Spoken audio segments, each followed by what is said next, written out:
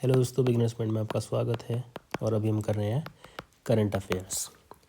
IISF 2024 Bharat के सबसे बड़े विज्ञान महोत्सव की IIT गुवाहाटी में हुई शुरुआत। भारत अंतर्राष्ट्रीय विज्ञान महोत्सव IISF के 10वें संस्करण का आगाज शनिवार को IIT गुवाहाटी में हुआ और यह 4 दिसंबर तक चलेगा। इस वर्ष का थीम भारत को विज्ञान और प्रौद्योगिकी आधारित वैश्विक मैन्युफैक्चरिंग हब में बदलना रखा गया है। यह महोत्सव भारत की वैज्ञानिक उपलब्धियों को प्रदर्शित करता है, सहयोग को बढ़ावा देता है और युवा प्रतिभाओं को नवाचार के लिए प्रेरित करता है। गौरतलब है, इस साल का महोत्सव वैज्ञानिक और औद्योगिक अनुसंधान परिषद CSIR की अगुवाई में आयोजित हो रहा है, जिसमें राष्ट्रीय अंतर्विभागीय विज्ञान और प्रौद्योगिकी संस्थान CSIR NIIST का इसका समन्वय कर रहा है। IISF की शुरुआत 2015 में हुई थी और यह विज्ञान के साथ समाज को जोड़ने के लिए एक अनोखा मंच है जो पेशेवरों और आम जनता दोनों के लिए गतिविधियां प्रदान करता है। यह पहली बार है जब यह महोत्सव भारत के उत्तर पूर्वी क्षेत्र में आयोजित हो रहा है। हॉकी इंडिया लीग 2024-25 का आधिकारिक प्रसारण भागीदार बना दूरदर्शन। भारतीय खेलों को बढ़ावा देने के लिए प्रसिद्ध दूरदर्शन देश भर के लाखों दर्शकों के लिए हॉकी इंडिया लीग का रोमांचक एक्शन लेकर आएगा। दूरदर्शन ने आज शनिवार को हॉकी इंडिया लीग के साथ साझेदारी किया है ताकि हॉकी खेल को घर घर पहुंचाया जा सके। HIL 28 दिसंबर 2024 से शुरू हो रहा है। इस लीग में 8 पुरुष टीमें और 4 महिला टीमें भाग लेंगी, जो राउरकेला और रांची में प्रतिस्पर्धा करेंगी, जिसमें भारत और दुनिया भर से शीर्ष स्तर की प्रतिभाएं दिखाई देंगी। महिला लीग का जुड़ना हॉकी इंडिया की खेलों में लैंगिक समवेशिता को आगे बढ़ाने और एक बड़े मंच पर महिला हॉकी को बढ़ावा देने की प्रतिबद्धता को दर्शाता है।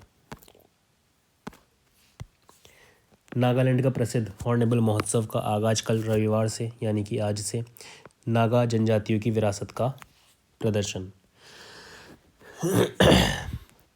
नागालैंड का प्रसिद्ध हॉर्नबिल महोत्सव के 25वां संस्करण का आगाज कल रविवार से नागा हेरिटेज विलेज किसामा में होने जा रहा है, जो कोहिमा से 12 किलोमीटर दूर स्थित है। 10 दिवसीय इस आयोजन में नागा जनजातियों की समृद्ध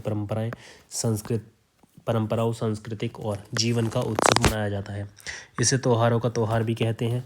राज्य के पर्यटन, कला और संस्कृति विभाग द्वारा आयोजित महोत्सव में इस बार जापान साझेदार के रूप में शामिल होगा। जापान अपने सांस्कृतिक प्रदर्शन, हस्तशिल्प और बांस उत्पादों पर कार्यशालाओं और जापानी कलाकारों और विशेषज्ञों के योगदान के साथ भाग लेगा।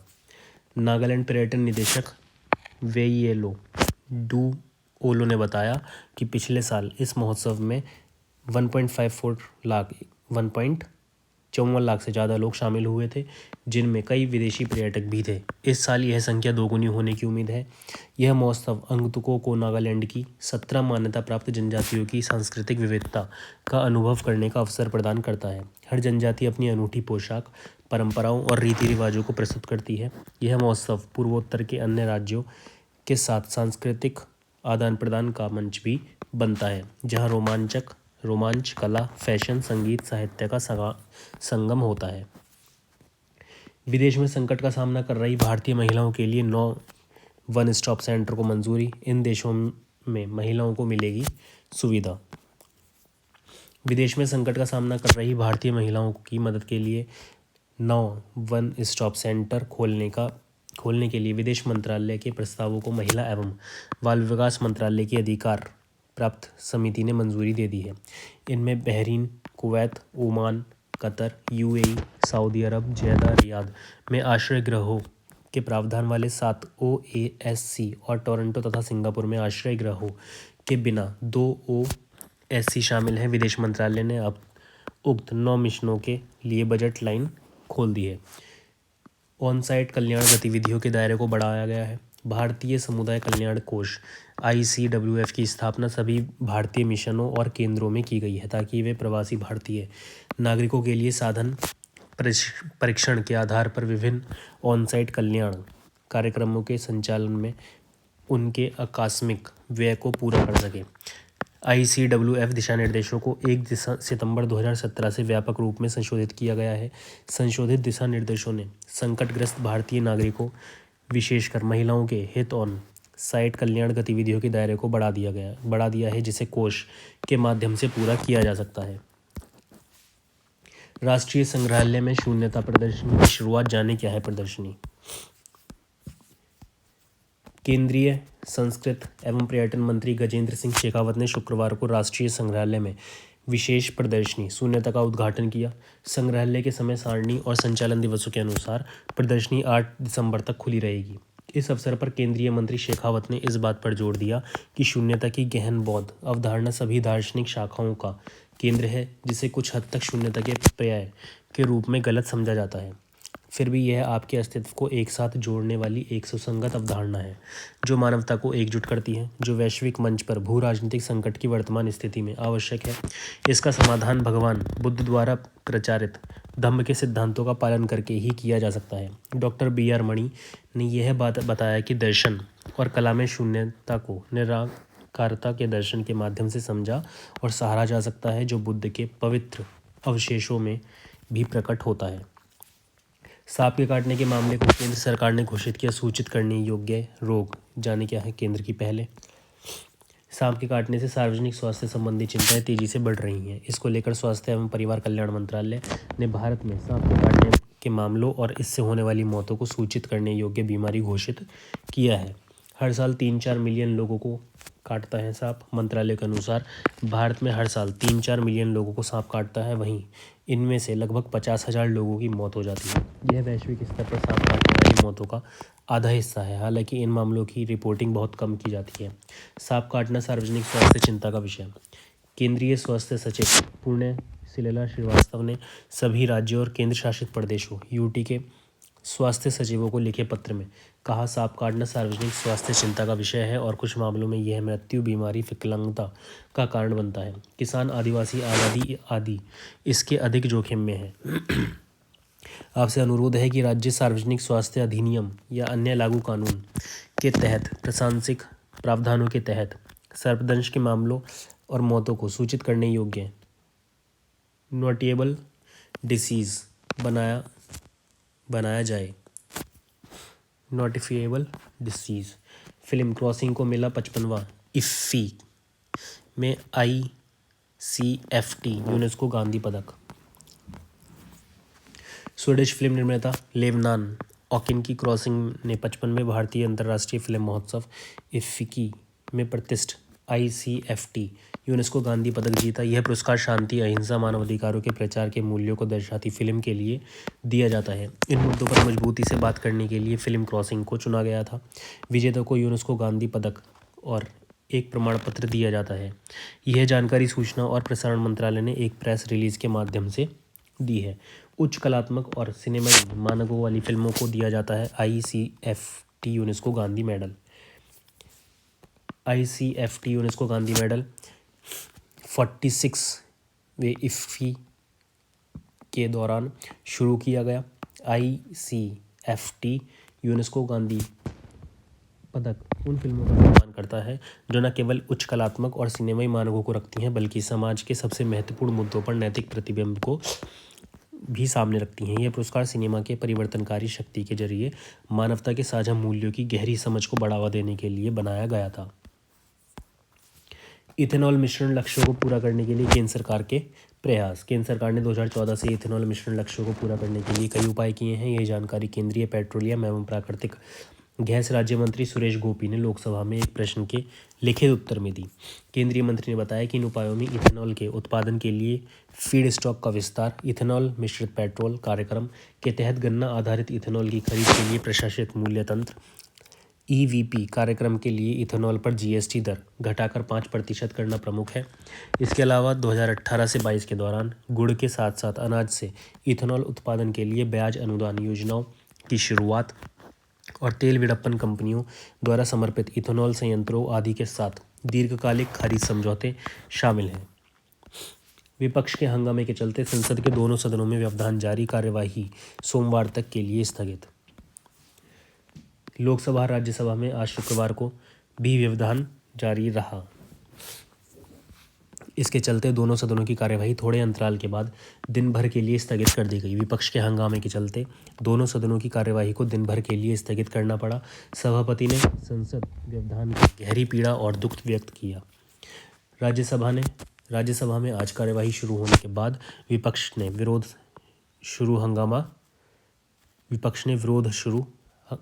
हंगामा शुरू कर दिया। विरोध के जैसा हंगामा शुरू कर दिया। सभापति ने कहा कि नियम 267 को व्यवधान का एक हथियार बनाया जा रहा है। उन्होंने व्यवधान पर गहरी पीड़ा और दुख व्यक्त किया। पिछले एक सप्ताह से बार बार संसद में व्यवधान पैदा कर रहा है विपक्ष। सभापति ने कहा कि पिछले एक सप्ताह से बार बार विपक्ष उन्हीं मुद्दों को उठा रहा है। इसके चलते हमने 3 कार्य दिवस खो दिए हैं। हम एक बड़ा उदाहरण पेश कर सकते हैं, लेकिन हम उनकी उम्मीदों पर खरे नहीं उतर रहे हैं। व्यवधान को बढ़ता देख कार्यवाही को सदन शुरू होने के कुछ ही समय बाद सोमवार 11 बजे तक के लिए स्थगित कर दिया गया। नए सिविल सेवा बैच में 38% अधिकारी महिलाएं। केंद्रीय गृह मंत्री अमित शाह ने यह बात कही है। केंद्रीय गृह एवं सहकारिता मंत्री अमित शाह ने गुरुवार को उत्तराखंड के मसूरी स्थित लाल बहादुर शास्त्री प्रशासन अकेडमी में 99वें फाउंडेशन कोर्स के दीक्षांत समारोह को संबोधित किया। उन्होंने उपस्थित अधिकारियों से कहा कि अगले 25 वर्षों में एक विकसित और आत्मनिर्भर भारत के निर्माण की दिशा में युवा अधिकारियों द्वारा किए जाने वाले कार्य देश को आज़ादी दिलाने वाले महापुरुषों के सपनों को साकार करने में योगदान देंगे। केंद्रीय गृह मंत्री ने कहा कि आज उपस्थित चयनित सिविल सेवा अधिकारियों में 38% महिलाएं हैं। उन्होंने कहा कि जब तक देश की 50% जनसंख्या नीति निर्धारण संबंधी निर्णयों में शामिल नहीं होंगी, तब तक प्रधानमंत्री मोदी द्वारा किया गया वुमेन लेड डेवलपमेंट का कॉन्सेप्ट पूरा नहीं होगा। केंद्रीय गृह मंत्री और सहकारिता मंत्री शाह ने कहा कि हमें मिलकर एक ऐसे भारत का निर्माण करना है जिसमें सभी देशवासी आत्मसम्मान और सभी सुविधाओं के साथ अपनी अगली पीढ़ी का नेतृत्व करें। उन्होंने कहा कि केवल भारत को हर क्षेत्र में प्रथम बनाने से विकसित भारत का सपना साकार नहीं होगा, बल्कि यह स्वप्न तभी साकार होगा जब 140 करोड़ लोग पूरी ताकत के साथ आगे बढ़ेंगे और समान अवसर प्राप्त करेंगे। अमित शाह ने पीएम मोदी को संपूर्ण सरकारी दृष्टिकोण होल ऑफ गवर्नमेंट अप्रोच का उल्लेख करते हुए कहा कि कोई भी गतिविधि आइसोलेशन में नहीं परिणाम दे सकती, इसलिए इसी अप्रोच के साथ काम करने पर ही सफलता प्राप्त होगी। उन्होंने कहा कि सामाजिक समरसता की दिशा में हमें के साथ काम करना होगा, क्योंकि जब तक हर व्यक्ति को समान अवसर नहीं मिलेगा, देश के विकास की राह पर नहीं बढ़ सकता। केंद्रीय गृह मंत्री अमित शाह आज लोकसभा में आपदा प्रबंधन संशोधन विधेयक 2024 पारित करने के लिए करेंगे पेश। केंद्रीय गृह मंत्री अमित शाह शुक्रवार आपदा प्रबंधन संशोधन विधेयक 2024 को लोकसभा में पेश करेंगे। इस विधेयक का उद्देश्य आपदा प्रबंधन अधिनियम 2005 में संशोधन करना है। गृह मंत्री अमित शाह प्रस्ताव पेश करेंगे कि आपदा प्रबंधन अधिनियम 2005 में संशोधन करने वाले विधेयक पर विचार किया जाए। इस बीच राज्यसभा में 44 निजी विधेयक पेश किए जाने हैं और 5 विधेयक विचार करने और पारित करने के लिए पेश किए जाने हैं। ज्ञात हो केंद्र सरकार ने 1 अगस्त 2024 को लोकसभा में आपदा प्रबंधन संशोधन विधेयक 2024 पेश किया था। यह विधेयक आपदा प्रबंधन अधिनियम 2005 में संशोधन करने का प्रयास करता है, जिसे आपदाओं के प्रभावी प्रबंधन के लिए अधिनियमित किया गया था। आपदा प्रबंधन अधिनियम का मुख्य उद्देश्य आपदा प्रबंधन योजनाओं के क्रियान्वयन की रूपरेखा तैयार करने और निगरानी करने, आपदाओं की रोकथाम और उनके प्रभावों को कम करने के लिए सरकार के विभिन्न अंगों द्वारा उपाय सुनिश्चित करने तथा किसी भी आपदा या संभावित आपदा की स्थिति में समग्र, समन्वित और त्वरित प्रतिक्रिया करने के लिए आवश्यक संस्थागत तंत्र स्थापित करना था। अब तक देश के निगम योजना लागू, अब शेष 101 जिलों में भी विस्तारित। कर्मचारी राज्य बीमा निगम योजना अब देश के 788 जिलों में से 687 जिलों में लागू हो चुकी है। वर्ष 2014 में यह 393 जिलों में ही लागू थी, लेकिन पिछले 10 वर्षों में इस प्रक्रिया में उल्लेखनीय वृद्धि हुई। प्रधानमंत्री जन आरोग्य योजना के सहयोग करके ESIC योजना को अब शेष 101 जिलों में भी विस्तारित किया जाएगा। एक सरकारी प्रवक्ता ने बताया कि श्रम एवं रोजगार मंत्री डॉक्टर मनसुख मांडविया के मार्गदर्शन में काम करते हुए ESIC आयुष्मान भारत प्रधानमंत्री जन आरोग्य योजना की सुविधाओं के साथ कर्मचारियों और उनके आश्रितों तक स्वास्थ्य सेवा की पहुंच बढ़ाने पर काम कर रहा है। श्रमिकों के लिए सामाजिक सुरक्षा, उनके स्वास्थ्य लाभ और चिकित्सा देखभाल सुनिश्चित करने की दिशा में काम करना सरकार की प्राथमिकता है। इससे अधिक उत्पादक श्रम शक्ति का विकास होगा, जिससे विकसित भारत के दृष्टिकोण को गति मिलेगी। इस पहल से 114 करोड़ से अधिक ESIC लाभार्थियों और उनके परिवारों को पूरे देश में गुणवत्तापूर्ण और व्यापक चिकित्सा देखभाल का लाभ मिलेगा। इस संदर्भ में केंद्र सरकार की श्रम एवं रोजगार सचिव सुमिता डावरा ने हाल ही में इन दोनों योजनाओं के विस्तार और क्रियान्वयन की प्रगति की समीक्षा भी की है। दिल्ली सरकार ने इलेक्ट्रॉनिक वाहन नीति अगले 31 मार्च तक बढ़ाई। लोकसभा में वक्फ GPC का कार्यकाल 2025 सत्र तक बढ़ाने का प्रस्ताव पारित।